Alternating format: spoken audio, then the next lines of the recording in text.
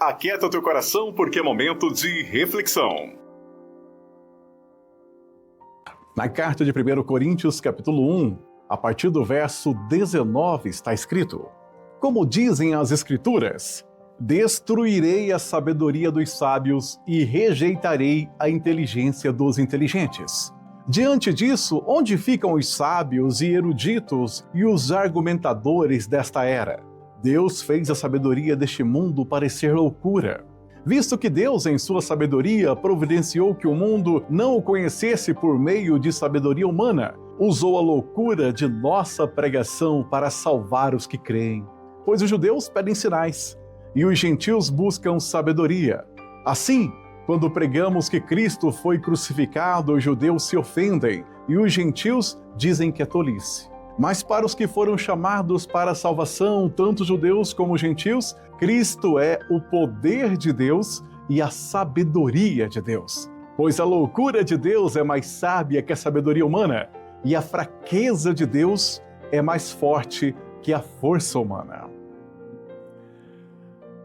Que tempo estranho nós vivemos hoje. Muito estranho. Nós temos medo de parecer loucos, medo de apresentar a loucura da pregação. Tentamos, de alguma maneira, deixar a pregação mais palatável, mais agradável, mas o fato é que nós pregamos a Cristo e a este crucificado. Não há nada de palatável e agradável em um homem crucificado. É a Ele que nós pregamos, porque por meio dele a salvação nos alcançou. O castigo que nos traz a paz estava sobre ele, e é por isso que nós somos salvos. A cruz, Cristo crucificado, é o começo da salvação humana. A salvação se dá porque Cristo pagou o preço que era nosso. A cruz nunca foi de Cristo. A cruz era minha, a cruz é sua, mas ele tomou sobre si a cruz que pertencia a mim e a você. E ele se fez maldito em nosso lugar. Aquele que não conheceu o pecado se fez pecado por nós.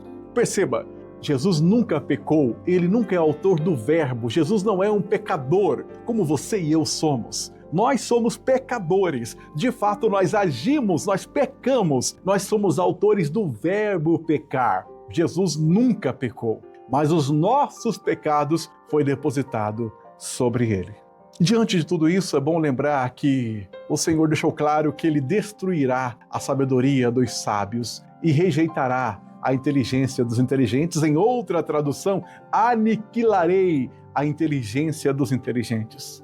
Eu e você precisamos aprender uma coisa importante acerca das Escrituras. Devemos voltar um pouquinho atrás e nos lembrar de que a sabedoria de Deus é loucura para os que perecem, mas é salvação para aqueles que creem. Portanto, não tente tornar o evangelho palatável, tornar o evangelho vestido em vestes bonitinhas. Não, o evangelho é o que é. O homem está perdido em sua depravação, está perdido debaixo da ira de Deus, e se ele não correr para Cristo Jesus, tal ira o esmagará, o consumirá. Esse é o evangelho. O único lugar seguro que existe na criação, o único lugar seguro para você e eu, para a gente correr para lá e nos proteger da ira de Deus, é o próprio Senhor Jesus. É nele que nós nos refugiamos. Por quê? Porque a ira de Deus já passou por ele e passará por todo o restante. Portanto, não existe lugar seguro fora de Cristo. E isso tem que ser pregado e anunciado por todos os meios que Deus conceder a você.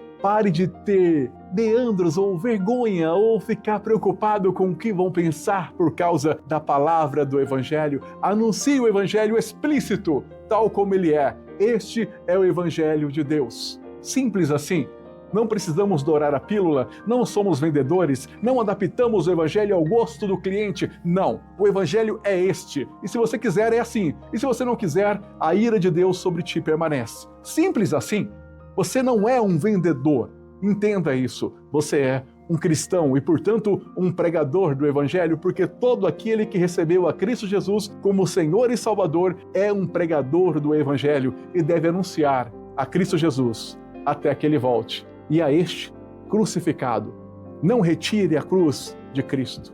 Não faça isso. Ele passou pela cruz para nos dar vida. Por meio da cruz é que nós somos salvos. Ele foi moído por causa de nós. Não tente tornar palatável e agradável. Sim, hoje ele está glorificado. Sim, hoje ele está à destra do Deus Pai. Sim, ele voltará para buscar a sua igreja. Tudo isso é verdade, mas jamais retire nenhum pedaço da história de Jesus, desde a manjedoura até a cruz, desde a cruz até o trono à destra de Deus, ou ainda, falando de Jesus, no princípio, como está em João, era o Verbo e o Verbo estava com Deus e o Verbo era Deus. Toda a história de Cristo é importante e relevante. Não diminua a história do seu Senhor e do seu Redentor. Não edite a história de Cristo. Conte ela na sua totalidade, porque esse é o chamado de todos aqueles que creem, que sejamos fiéis, de fato, à obra do Senhor. Sejamos fiéis como os bons despenseiros de Deus.